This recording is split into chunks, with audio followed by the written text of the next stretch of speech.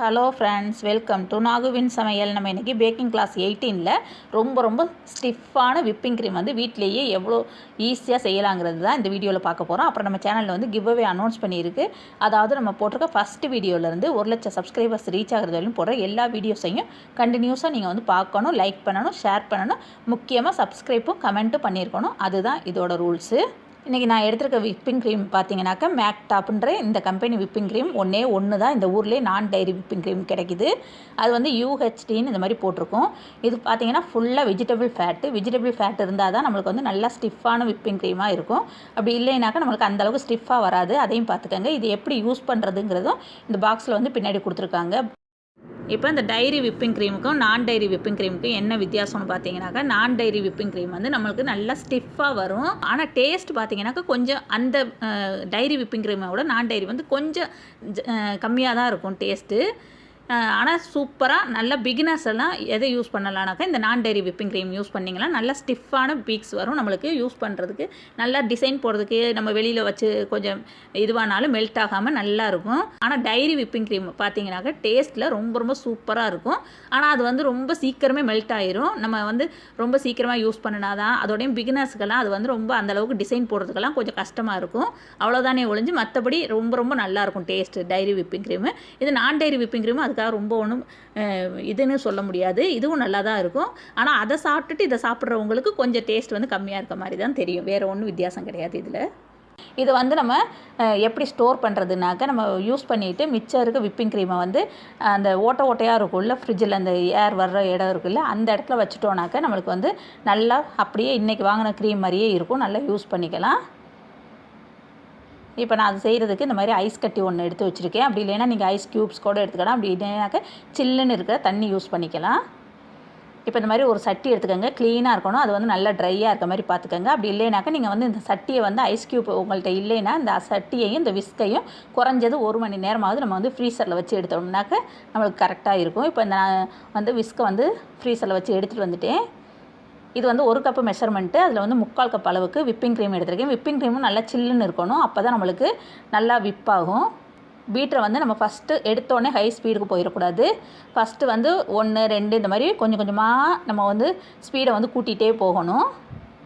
கொஞ்சமாக விப்பாக நம்ம வந்து ஸ்பீடை கூட்டிக்கணும். நல்லா நான் சொல்கிற மெத்தட் வந்து அப்படியே ஃபாலோ பண்ணிங்கன்னா உங்களுக்கு சூப்பரான விப்பிங் க்ரீம் ரெடி ஆயிரும். இப்போ பாருங்கள், கொஞ்சம் விப்பாயிருச்சு. நம்மளுக்கு பார்த்தாலே தெரியுது கொஞ்சம் நல்லா விப்பாக இருக்குது. இப்போ நான் என்ன பண்ண போகிறேன்னா 2 டேபிள் ஸ்பூன் அளவுக்கு பவுட்ரு பண்ண ஜீனி எடுத்திருக்கேன். நல்லா ஃபைனாக பவுட்ரு பண்ணிக்கோங்க. அப்போ தான் நம்மளுக்கு வந்து லூஸ் ஆகாமல் இருக்கும் விப்பிங் க்ரீமு. இல்லைனாக்கா லூஸ் ஆகி போயிடும். அதையும் கவனமாக பார்த்துக்கணும். அந்த 2 டேபிள் ஸ்பூன் அளவுக்கு பவுட்ரு பண்ண ஜீனியை சேர்த்தாச்சு. இப்போ 3/4 டேபிள் ஸ்பூன் அளவு நான் வந்து கார்ன்ஃப்ளவர் சேர்க்குறேன். அப்படி உங்கள்கிட்ட வந்து கார்ன்ஃப்ளவர் தனியாக ஜீனி பவுட்ரு தனியாக இல்லை, இது ஐசிங் சுகர் இருக்குனாக்கா நீங்கள் ஐசிங் சுகர் வந்து இதுக்கு பதிலாக 3 டேபிள் ஸ்பூன் சேர்த்துக்கலாம். 1 கப்பு ஜீனிக்கு 1 டேபிள் ஸ்பூன் வந்து கார்ன்ஃப்ளவர் சேர்த்து நல்லா பவுடராக்கி அரைச்சி எடுத்துட்டிங்கன்னா அதுதான் இது ஐசிங் சுகரு. இந்த ஐசிங் சுகர் எதுக்காக சேர்க்குறோன்னா அப்போ தான் நம்மளுக்கு வந்து ஸ்டிஃபாக வரும். அந்த கார்ன்ஃப்ளவர் சேர்த்தோம்னா தான், அதுக்காக தான் இந்த ஐசிங் சுகர் வந்து நம்ம விப்பிங் க்ரீமில் சேர்க்குறது. இது வந்து கிட்டத்தட்ட 5லேருந்து 6 நிமிஷம் தான் ஆகும். நம்மளுக்கு நல்லா ஈஸியாக பீட் ஆகி வந்துடும். இப்போ பாருங்கள், நல்லா பீட் ஆயிடுச்சு. நல்லா கெட்டியாக வந்துடும். அது கெட்டி ஆயிடுச்சுனாலே நம்மளுக்கு வந்து விப்பிங் க்ரீம் வந்து நல்லா நம்ம வந்து பீட் ஆயிடுச்சுன்னு எப்படி தெரிஞ்சுக்கிறதுனாக்க, நம்மளோட பீட்ரு வந்து இங்கிட்ட அசைக்க முடியாது. ரொம்ப கனமாக இருக்க மாதிரி இருக்கும். நம்மளுக்கு ஃபீல் ஆகும். நம்ம வந்து கை ரொம்ப இதுவாக கஷ்டமாக இருக்க மாதிரி தெரியும். அதை வச்சு நம்ம வந்து தெரிஞ்சுக்கலாம். ரொம்ப ஓவர் பீட் பண்ணிங்கனால அது வந்து லூஸ் ஆகி போயிடும். இதே மாதிரி நிறையா விப்பிங் க்ரீம் வந்து நம்ம சேனலில் வந்து அப்லோட் பண்ணியிருக்கு. தெரியாதவங்களுக்கு அதோட லிங்க்கும் கீழே டிஸ்கிரிப்ஷன் பாக்ஸில் கொடுக்குறேன். செக் பண்ணி பார்த்துக்கோங்க.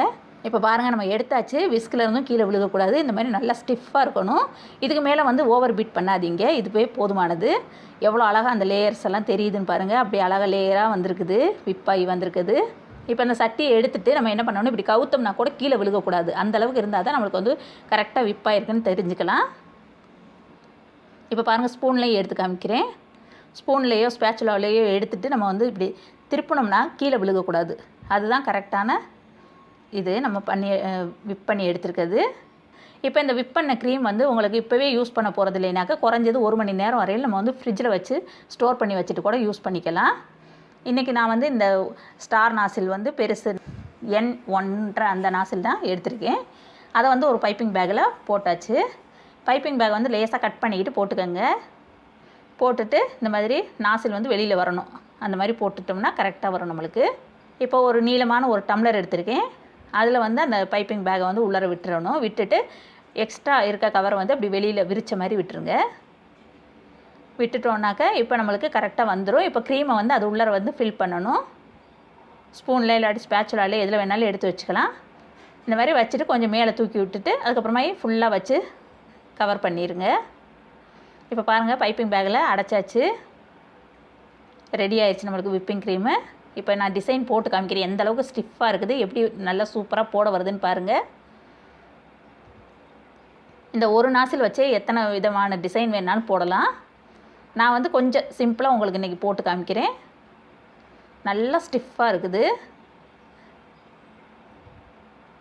ஏன்னா நிறையா பேருக்கு வந்து விப்பிங் க்ரீம் வந்து லூஸ் ஆகுது அப்படின்றாங்க. அதுக்காக தான் நான் இந்த மாதிரி செஞ்சு காமிக்கிறேன். நிறைய விதமான விப்பிங் க்ரீமும் இருக்குது நம்ம சேனலில். பவுட்ரு வச்சு பண்ணுறது, அப்புறம் சாக்லேட் ஃப்ளேவர் எல்லாமே இருக்குது. பாருங்கள் ஒவ்வொரு டிசைனும் எவ்வளோ அழகழகாக வருதுன்ட்டு. இந்த வீடியோ வந்து எல்லாருக்குமே ரொம்ப ரொம்ப யூஸ்ஃபுல்லாக இருக்கும்னு நான் நினைக்கிறேன். இந்த வீடியோ உங்களுக்கு பிடிச்சிச்சின்னா லைக் பண்ணுங்கள், ஷேர் பண்ணுங்கள், சப்ஸ்கிரைப் பண்ணுங்கள். கூடவே இருக்கிற பெல் ஐக்கானை கிளிக் பண்ணுங்கள். தேங்க்யூ.